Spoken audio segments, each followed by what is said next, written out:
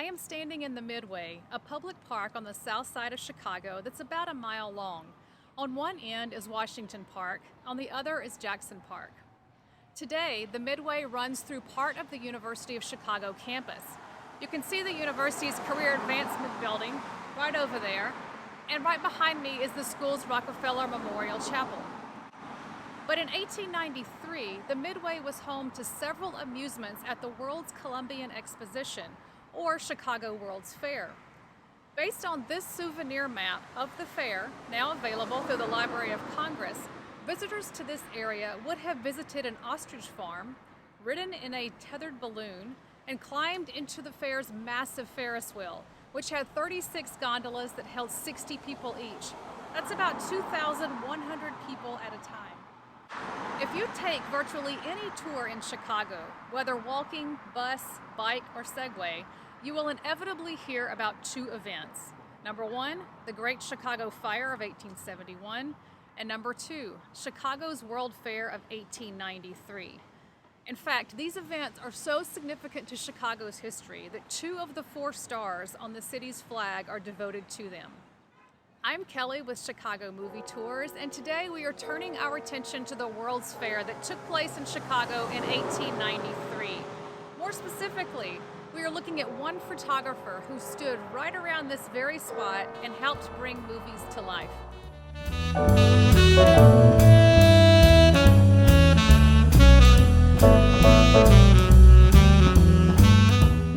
When I teach the class Introduction to Film, or the film experience as the textbook says, I usually begin the term by passing around a toy.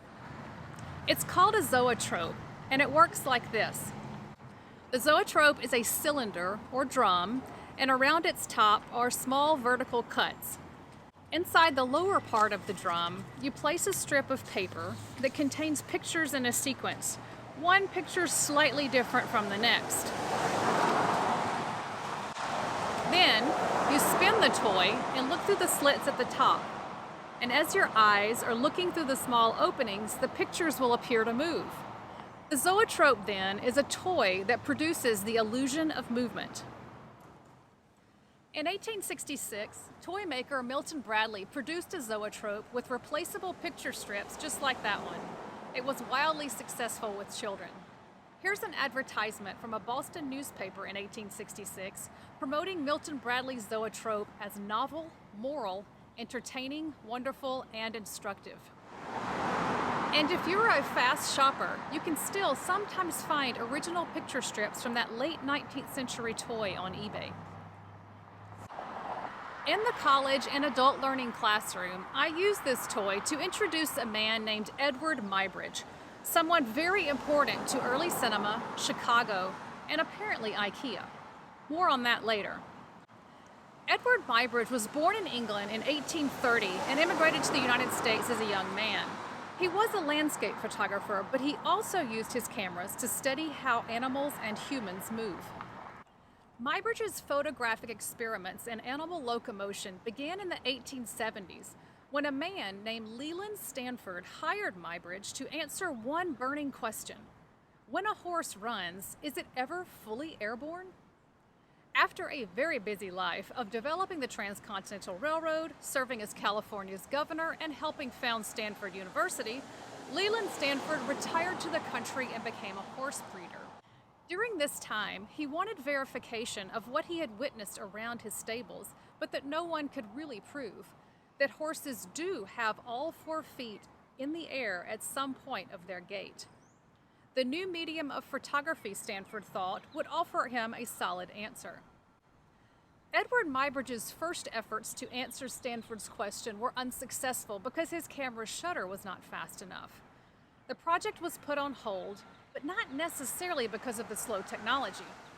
Muybridge had to stop his experiment with Stanford because he was being tried for the murder of his wife's lover. He was later acquitted on the grounds of justifiable homicide.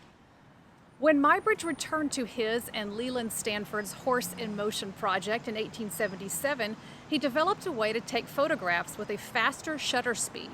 So Muybridge gathered and arranged 12 cameras and a horse along a racetrack at Stanford's estate. Reporters were standing by to serve as witnesses. As the horse galloped by, its chest tripped each wire connected to Muybridge's cameras, which took 12 photos in rapid succession. This arrangement worked and proved Stanford's claim that when a horse gallops, there are times when it is fully airborne. One would think this was the end of it. After all, Muybridge now had visible proof, and as a result, his work was widely published. But since many of these publications included line drawings taken from Muybridge's work instead of the actual photographs, critics within the press and the public began to surface. They thought what they were seeing was obviously retouched, like early photoshopping, and that a horse's legs could never assume such unlikely positions. To refute his critics, Muybridge began touring the US and Europe, giving lectures on animal movement. Each one of his talks was illustrated with a zoopraxiscope, a device that Muybridge developed to project images in rapid succession onto a screen from photographs he printed on a rotating glass disc like this one, and this one. Much like the little plastic zoetrope we played with earlier, this much fancier arrangement produced the illusion of moving pictures. The zoopraxiscope, then, is an important precursor to modern cinema. So where does Chicago come into play? Well, Muybridge's zoopraxiscope had its own building in the World's Columbian Exposition of 1893 in Chicago, not too far from that ostrich farm, tethered balloon, and Ferris wheel we discussed earlier. Muybridge set up shop right about here in the aptly named Zoopraxiscope Hall and presented his findings and new technology to thousands of Americans and foreign visitors. So for some scholars then, Muybridge's Zoopraxiscope Hall at the Chicago World's Fair of 1893 is regarded as the first cinema. Before we go, at the beginning of this video, I mentioned that Eadweard Muybridge is someone important to early cinema, Chicago, and IKEA. Well, we covered the first 2 points. What about IKEA?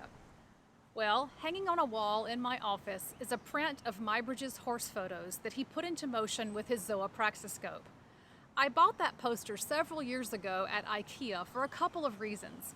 First, to fill up blank wall space. After all, it's a pretty big print. Second, to remind me of the earliest days of moving pictures and, for better or worse, just how far they've come over 140 years.